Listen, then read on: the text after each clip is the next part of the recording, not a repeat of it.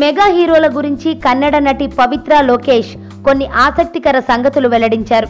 ఈమె తెలుగు సినిమాల్లో హీరోలకు హీరోయిన్లకు తల్లిగా నటిస్తూ అభినందనలు అందుకుంటున్నారు. మెగా హీరోలైన రామ్ చరణ్, అల్లు అర్జున్లకు కూడా అమ్మగా నటించారు. ప్రస్తుతం కాటమరాయుడులో శృతి హాసన్ కు, దువ్వాడ జగన్నాథంలో అల్లు అర్జున్ కు తల్లిగా కనిపించనున్నారు. ఇప్పటి వరకు కలిసి పనిచేసిన యువ హీరోల గురించి ఓ ఇంటర్వ్యూలో వివరించారు.